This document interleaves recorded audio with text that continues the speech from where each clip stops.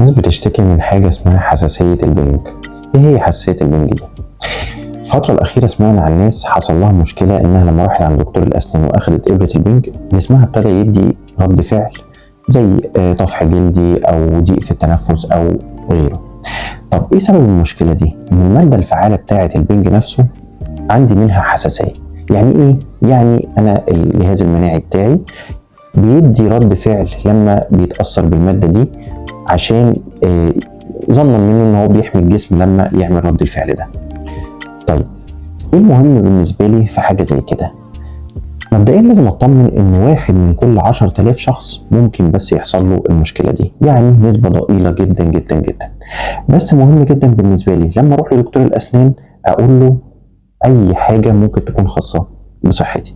يعني احنا بناخد حاجه اسمها ميديكال هيستوري من البيشنت، بنساله عن صحته بشكل عام، اذا كان بياخد ادويه عنده منها حساسيه، اذا كان عنده حساسيه من اكل معين، لا قدر الله الناس اللي عندها مشاكل في الغده الدرقيه او ما شابه.